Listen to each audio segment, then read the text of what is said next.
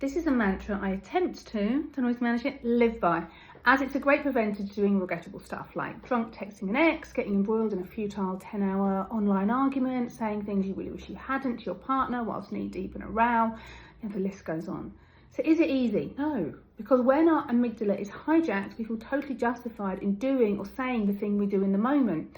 But 24 hours later, we are often viewing it through very different eyes and feeling somewhat sheepish.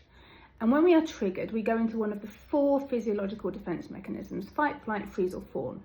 They each play out differently, and so if your fight response gets triggered, you might rage at someone, say something deeply and instantly regrettable, road rage, punch a wall, flip a table, you get the picture.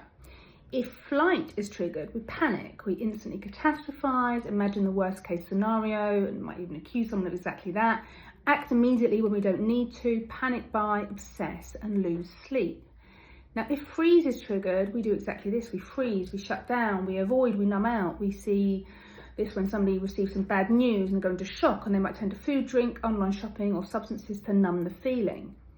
Now, if fawn is triggered, we experience fear and powerlessness, and we can twist ourselves into a people-pleasing pretzel, dropping our boundaries faster than a hot coal and saying yes to something that if we'd only given ourselves 24 hours to sleep on it, would most likely have been a no.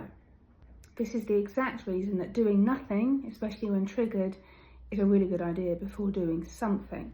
Now, I want to be really clear on doing nothing. By doing nothing, I mean acting out, communicating when highly charged to whomever or whatever has triggered you, or acting in, which is beating yourself up, stuffing the trigger with food, booze, or worse. Obviously, getting support, speaking to someone safe, reasoning things out and giving yourself the time to process before responding to triggers are all really good things to do for you.